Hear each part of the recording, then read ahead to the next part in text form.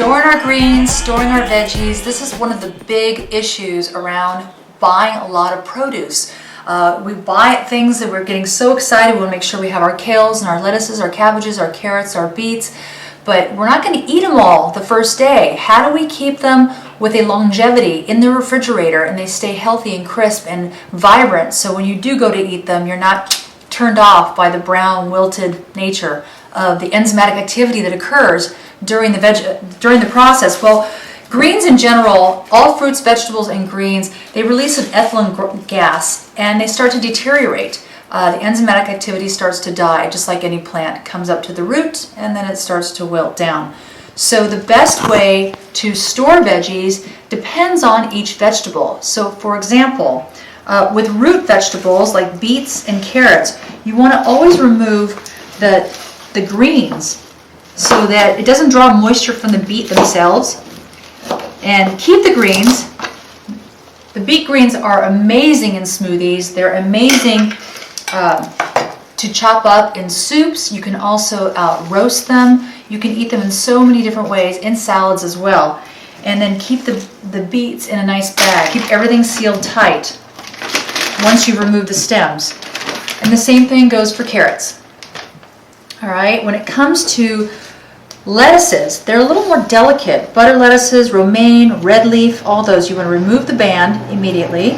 What I'd like to do is take paper towels and lay them out. You know, you can either put these through your salad spinner and dry them off and then put them in a baggie wrapped in paper towel, or you can take your leaves out and lay them out on a paper towel like so, with layers, keeping all the moisture soaked into the paper towel. So not only does it keep them fresher, but it also crisps the les leaves and makes it ready for instant salad when you reach into your refrigerator. And then I roll it like this, very lightly, very delicately, keeping enough fluff around it so you're not smashing the lettuce leaves, excuse me, and put that in a plastic bag as well.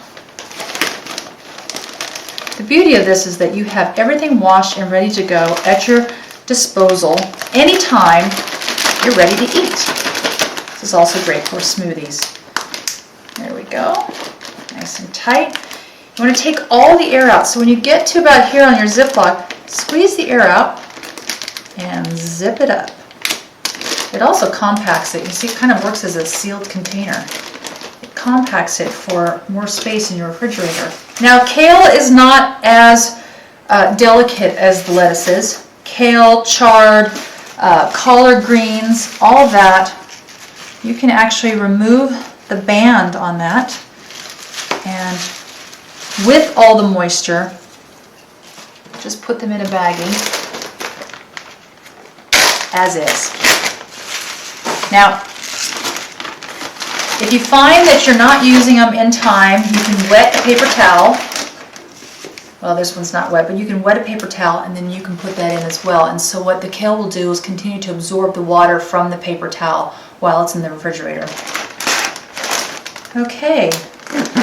Now, mushrooms you want to always keep dry. You want to keep all your funguses dry. And also, like with artichokes, you don't want to necessarily put them into a baggie. You might want to cut the bottom off and put them in water along with celery and other stalk vegetables. That way they're constantly rehydrating. So those are some of the basic vegetables that we buy in the market every single day, and that will keep them lasting longer. Oh yes, one more thing, tomatoes. Here's the big misnomer. People like to put the tomatoes in the refrigerator so that they stay fresh, but the truth is tomatoes should never be refrigerated.